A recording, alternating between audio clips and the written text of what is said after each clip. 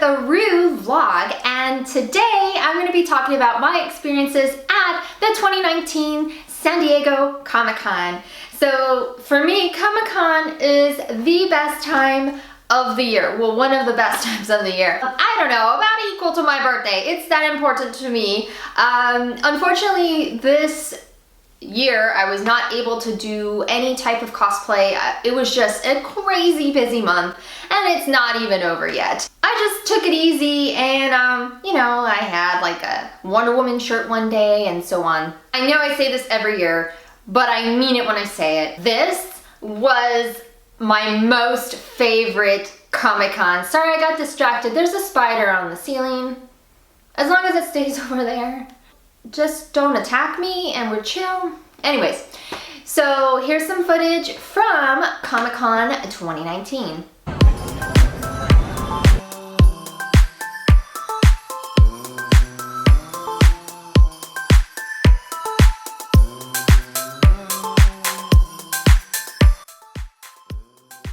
Normally, each year I go to Comic-Con, I'm very focused on all the awesome things they have to offer. Like, what is Marvel up to? What is DC up to? What kind of comics are coming out? All of that kind of stuff. And also visiting my favorite artists in Artist Alley. This time, I was also very focused on learning the craft of comic book making, more specifically, the flatting aspect of comic book making. So I went to a lot of how-to panels. I didn't even bother with Hall H at all. Now they make it so hard to get into. I got to listen through amazing how-tos about how to do a voiceover for different types of voice acting, sorry. And I was so amazed by this, and it had, one of the actresses was the voice of Wonder Woman, which was super cool. Then you also had the voice of Michelangelo, yes, like from back in the day, like when I used to watch Teenage Mutant Ninja Turtles. Then we had another actor who does just audiobooks. They said, look, we are gonna just have people talk, and we're gonna shift and direct you. Increased the awesomeness of everyone's read. Like, everybody was an excellent reader. But after this, I was like, wow, I didn't realize that really adds so much to a reading.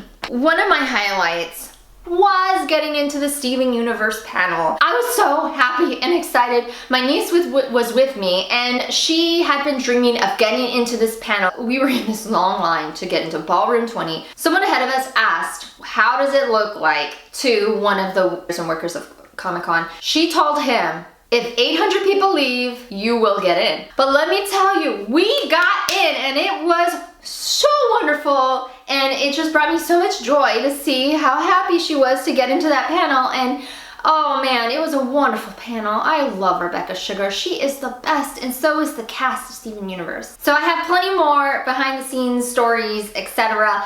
of my experience at Comic-Con on my new podcast called High Five to That. So excited about it, and it's all about lifting people up and making them feel good. So we share just different feel-good stories, adventures, articles, all of these good stuff. You can find a link to that in the description. So I actually didn't buy too many things this year, and I'm okay with that. I was really focused on learning. So, but the purchases that I did make, I feel very happy about.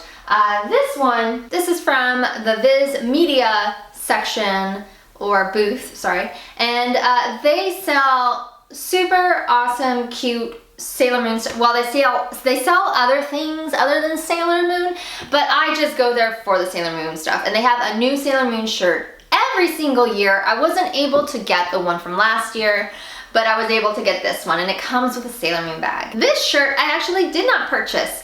At the panel that I went to, learning about how to draw, which was an excellent panel. I really enjoyed that because it was more about mechanics and motivation. I asked a question, and if you ask a question, you get a t-shirt, and my question was about self-care. What is it that you can do to take care of yourself, replenish yourself after having drawing all day and being very focused on a piece? How do you fill your cup? And so anyways, I got this as a prize. I don't know if you'd call it that. Sara is amazing and a delight. Like, she draws, I don't know if I'm saying the word correctly, but it's just magical, ethereal. It's just otherworldly. What also is super cool about her is that she's a champion for history, and I'm really big on that too. I think it's very important that we keep history alive so that we can use them as educational pieces. She is really big on preserving the homes in Salem. They're historic homes that are going in disrepair. And she has created this print to raise money to go towards helping the restoration process. And this is not something I purchased. So She-Ra. Oh my goodness. I loved She-Ra when I was a kid, and Golden Girls, not the 4 feisty elderly women who are super awesome. No, it was like Gemstone Warriors. Anyways, and Netflix has redone the series, and I heard it's very good. I have not seen it yet, but when I saw these, I was like, I must have one. This pen is from the Steven Universe movie, and when we my friends and I did the karaoke, they give you one. Another highlight was being able to see George Takei. Some people call him George Takai, and one time in a video he mentioned that Takai means expensive, so he actually doesn't mind if you call him that. I was so close to him, it was just so weird how I just turned around and like, whoa, there he is, and he's waving hello to me, and I was like, oh my gosh, hi!